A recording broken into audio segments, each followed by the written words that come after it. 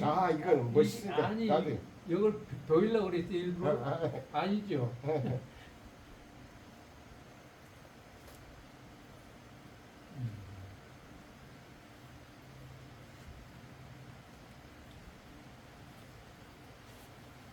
딸이 이거 두 군데 다 떨어졌어.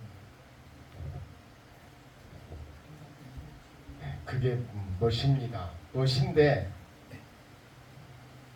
어디에 걸리지 않고 옷도 이렇게 해도 막 되는 대로 이렇게 영상을 올렸더니 내가 보니까 이왕이면 좀 이렇게 가지런히 하고 올리면 좋을 거 아닌가 해서 오늘은 또 멋내는 겁니다. 내가 이렇게 해도 맞고 저렇게 해도 맞다고 생각하고 저는 어디 걸리지 않고 찍어보려고 노력을 했는데 또 하다 보니까 내가 걸려요. 그래서 오늘 또 찢어진 것도 나오지 말아라. 이것도 나오지 마라. 저것도 나오지 말아라. 다 안 나와야 되겠네. 에이. 그건 그렇고요. 오늘이 18의 치장제일입니다. 우리 절에 치장제일 법회가 없는데 추석 보름을 이렇게 하다 보니까 오늘 또 이렇게 서너 분이 오셔서 이렇게 영상을 올리게 됐습니다. 간단하게 한 15분 내로 영상을 이렇게 올리려고 마음을 먹고 있습니다. 방금도 제가 말씀 올렸지만 전화를 받아서는 안 되는 사항일 수 있고 되는 사항일 수도 있어요. 그러나 제 입장에서는 받아야 할 상황이기 때문에 전화를 이렇게 받았습니다. 우리 삶 속에 가장 큰 아픔은 다 큰 아픔이지만은 자식을 먼저 보내는 아픔이 대단히 크다고 봅니다.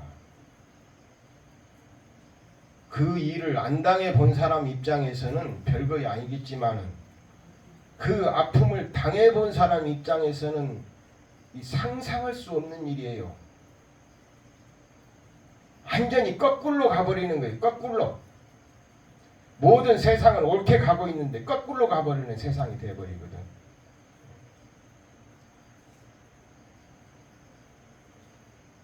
그래서 그 친구한테 전화가 왔기 때문에 제가 받았습니다.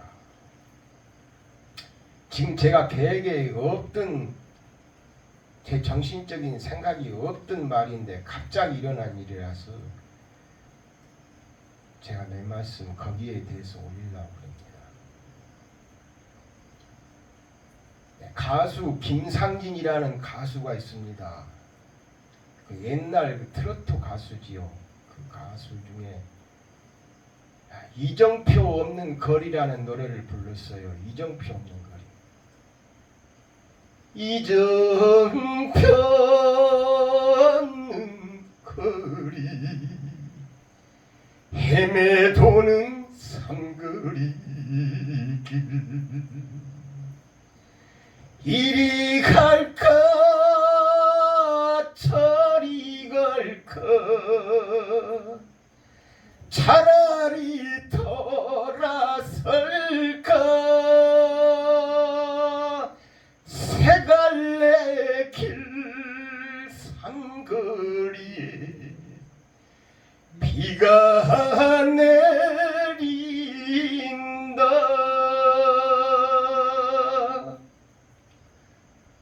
이 노래를 제가 하는 것은 우리 인생이 가야 할 길이 많습니다. 한 길만 있는 게 아니고 이리도 가야 되고 저리도 가야 되고 죽으러도 가야 되고 살러도 가야 되고 일하러도 가야 되고 똥 싸러도 가야 되고 오줌 싸러도 가야 되고 친구한테 찾아가야 되고 이 갈 길이 많습니다. 그래서 인생은 어떤 원칙이 없습니다. 물론 원칙을 정한 사람은 원칙이 있지요. 그래서 그 원칙에 대해서 그걸 깨버리는 법을 제가 몇 말씀 올리려고 합니다. 신라의 고승 원효스님께서 파괴를 해서 설총이라는 자제분을 두었습니다. 내 아버지로서 자식이 잘 됐으면 하는 그 바람이 간절할 거라고 믿습니다. 모든 부모님들은 자식이 잘 됐으면 하는 간절한 그런 원칙을 가지고 사십니다. 근데 원효스님께서도 스님으로서 이 자제분을 두었기 때문에 남보단 더 애착이 자식한테 많았으리라고 믿어집니다. 그래서 원효스님께서 날마다 하시는 말씀이 착한 일 해라. 착한 일 해라. 우리 옛날 교육은 부모님 교육이 그거였어요. 착하게 살아라는 그 교육이었어요. 저는 부모님 앞에서 그것만 배웠어요. 착하게 살아야 된다. 근데 원효스님은 훨씬 더 그것이 강한 것 같아요. 날마다 우리가 10번을 한다면 원효스님은 100번을 하신 것 같아. 착하게 살아라. 이게 착한 것이다. 그것만 가르쳐 주셨는데 어느 날 아침에 설총이가 도량을 쓰는데 아버지가 설총아 이리 좀 와라. 오늘은 좋은 일을 하지 말고 나쁜 일을 해라. 그랬다고 그래요. 이 설총이 아들이 우리 아버지가 미쳤나? 기가 따가울 정도로 좋은 일만 하라고 아버지가 가르쳤는데 오늘은 나쁜 일을 해라. 설총이가 알아들을 수가 없는 거예요. 아버지 마음을 알아들을 수가 없는 거예요. 그 순간에 설총이가 알아들었는지 못 알아듣는지 모르지만은 저는 그 소리를 듣고 부처님의 가르침을 정확하게 아들에게 전하기 위해서 이제는 나쁜 일을 해라. 그렇게 가르치고 갔습니다. 좋고 나쁨에 빠지지 말아라. 분별심에 빠지지 말아라. 내가 하는 행동에서 좋고 나쁘게 보는 것은 보는 사람의 눈이지 내가 그것을 원칙을 세워놓고 그 원칙 속에 빠지지 말아라. 그걸 가르치신 것 같습니다. 또 제가 요즘에는 종정을 지내신 해암 스님의 내가 법문을 많이 듣습니다. 법문을 많이 듣는 이유는 그 스님이 하시는 말씀이 별거 아닙니다. 부모도 죽여버려라. 다 설날이고 뭐고 설날도 없는 것이다. 추석날도 없는 것이다. 다 헛개비다. 헛거다. 헛거. 그런 말씀을 많이 하십니다. 근데 그 말이 저는 좋아서 그 종정 스님의 말씀을 많이 듣습니다. 왜? 추석이 말이지 추석이 따로 있는 게 아니다 이거죠. 부모가 따로 있는 게 아니고 부모라고 내가 봤기 때문에 부모를 죽이라는 거예요. 내 마음속에 부모에 집착하지 말아라. 어디에도 걸리지 말아라는 말을 그렇게 하신 걸로 제가 알아듣고 있어요. 그래서 내가 그 법문이 부처님의 말씀이라 생각이 들어가서 듣습니다. 모르는 분은 자기 아버지 죽여버려라. 설날도 없는 것이다. 추석날도 없는 것이다. 그런 말 하면 저 중이 미쳤나? 그렇게 들을 수 있지만 나는 그 스님의 말씀이 도인의 말씀으로 들립니다. 그러니까 자장가로 들어요. 자장가로. 잘 때는 내가 꼭 그 스님의 법문을 들으면서 자요. 자다 보면은 한 5분 내로 그걸 내 잠이 들어버리기 때문에 자다 보면 혼자 하고 있어요. 그래도 내가 들어요. 5분 듣기 위해서 내가 그걸 켜놓고 자는 거예요. 그 스님의 말씀이 진짜로 진리라 생각이 들어가기 때문에 진리라서 진리로 믿는 게 아니고 내가 알아차렸기 때문에 그 스님이 무슨 뜻으로 저런 말을 하는가를 알아차리기 때문에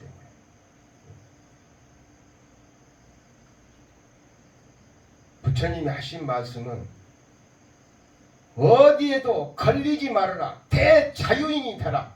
장부가 되라. 열의 십호정에 장부가 있습니다. 장부. 장부는 어디에도 걸리지 않는 게 장부라고 합니다. 장부. 오늘 우리 신도 거사님 중에 한 분이 공부가 많이 내가 볼 때 된 분이 있어요. 내가 볼 때 많이 공부가 돼 있어요.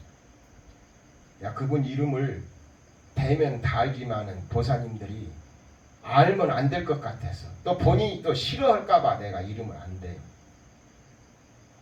항상 내 영상을 보는 분이기 때문에. 네, 주서 3일 전인가 제가 좀 뭔 일이 있어서 바쁜 일이 있었어요. 좀 기억이 잘 안 나네요. 그래서 어디를 다녀와서 그 이튿날 이렇게 스마트폰을 열어보니까 스마트폰을 열어본 게 아니고 법당에 오니까 법당에 무슨 봉투가 하나 있어요. 그래서 내가 누구도 다녀간 적이 내가 보지를 못했는데 봉투가 있어서 내가 확인을 해보니까 그 거사님이었어요. 그래서 내가 전화를 올렸죠. 거사님 다녀가셨네요? 다녀갔다고 그래요. 다녀갔는데 스님을 오늘 꼭 뵙고자 했는데 전화를 오다가 드린다고 했는데 전화기를 집에다 놓고 와버려서 그냥 왔다는 거예요. 자리에. 근데 혼자 온 게 아니고 다른 거사님을 이렇게 모시고 자리를 오셨다는 거예요. 근데 그 같이 오신 분이 누구냐? 성당에 다니시는 분인데 그분이 어떤 인연에 의해서 자기 뭐 이모라든가 고모라든가를 조계사에 49제를 모셨다는 거예요. 모셨는데 그 49제에 참석하고 나서부터 불교에 관심이 생기게 됐다는 거예요. 부처님의 가르침에 대해서 본인이 깊이 이렇게 생각해보는 그런 도반이 있었다는 거예요. 가까운 사람. 그래서 그분이 하시는 말씀이 조계사 스님들의 그 정도 영가 법문을 듣고 그렇게 불교에 관심을 갖게 됐다면은 우리 스님을 한번 만나보세요. 나를 만나보세요 해서 모시고 왔다.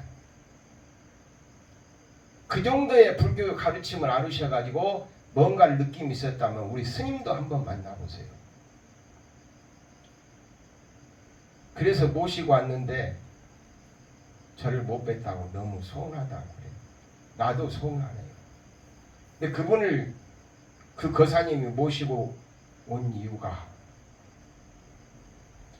우리 법당에서 부처님 앞에 절을 하고 절을 하니까 부처님이 뭐라고 합니까? 그걸 물었대요. 거사님께서. 지금 뭐라고 부처님이 말씀을 하십니까? 근데 보사님들은 부처님이 지금 말씀 하나도 안 하시는 것만 들리지 않아요. 근데 나는 부처님이 무슨 말씀을 하는지 들려요. 근데 그 거사님께서 부처님이 대자유스럽게 살으라고 그러네요. 자유롭게 살으라고 그러네요. 그렇게 말씀을 하시더라고요. 제가 들었을 때 성자예요. 성자. 성자의 귀에 그 소리가 들리는 거예요. 이 들을지 모르는 사람은 아무리 말을 해도 못 듣는 것이고, 들을 줄 아는 사람은 말을 안 해도 들을 줄 압니다. 와, 거사님 큰 거네요. 큰 거. 내가 들었을 때는 너무 큰 거네요. 부처님의 가르침을 다 잘하셨네요. 부처님께서는 어떤 가르침에 어떻게 깡 묶어서 이것이 내 법이니 이걸 행하라, 이렇게 살아라, 저는 그렇게 말씀하신 말이 한마디도 없다고 봅니다. 그래서 제가 큰 거다, 못 만나 뵌 게 너무 아쉬웠어요. 스님 걱정 마세요. 또 가실 거예요. 그 말이, 자유롭게 살으라는 말이, 부처님께 하셨단 말이 별거 아닌 것 같지만 나는 크게 들었어요. 너무나 크게 들었어요. 모든 것을 긍정으로 볼 수 있는 눈을 떠야 긍정으로 보입니다. 인생은 긍정으로 시작해서 긍정으로 끝나야지, 부정을 보면은 부정으로 인생을 마무리를 하게 됩니다. 긍정의 힘이 그래서 무섭다는 거예요. 모든 걸 긍정으로 볼 수 있는. 방금 친구도 제가 전화를 받을 수 없는 상황이었지만 받고, 그 친구가 올렸던 말이 너무나 긍정으로 들렸기 때문에 제가 방금 보사님들께 그런 말을 카톡상으로 올렸다고 했죠.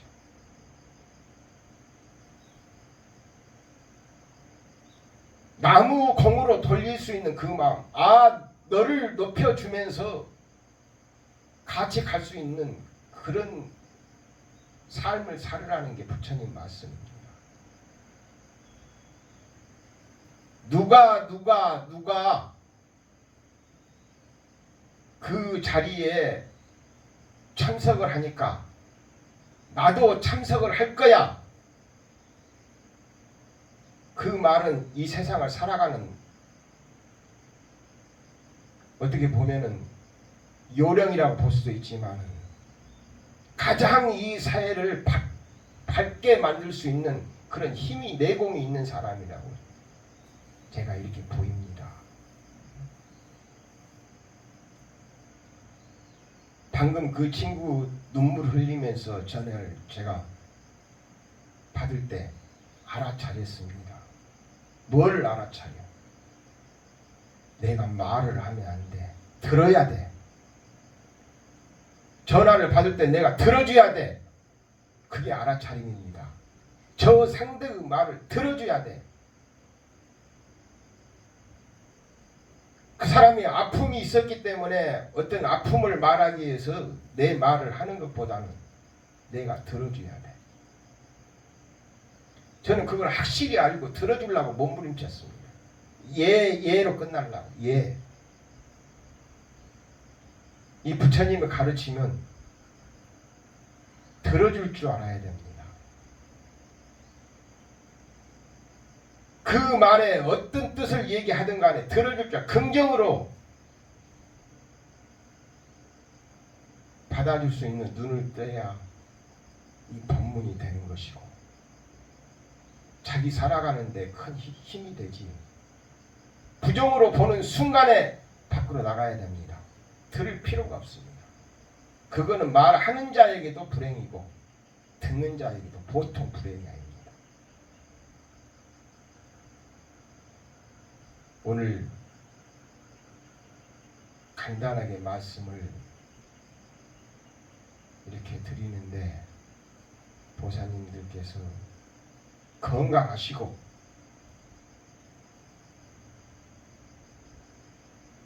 아모르파티, 지금이 인생이야. 지금이야. 그 생각을 한번 해보시면서 나도 그렇게 살려고 몸부림치니까 우리 무등거사님도 지금이 최고 좋은 때야. 지금이야. 우리 보사님들도 그런 생각을 한번 해보시길 바라는 마음을 간절히 축원 올리면서 마무리하겠습니다. 고맙습니다.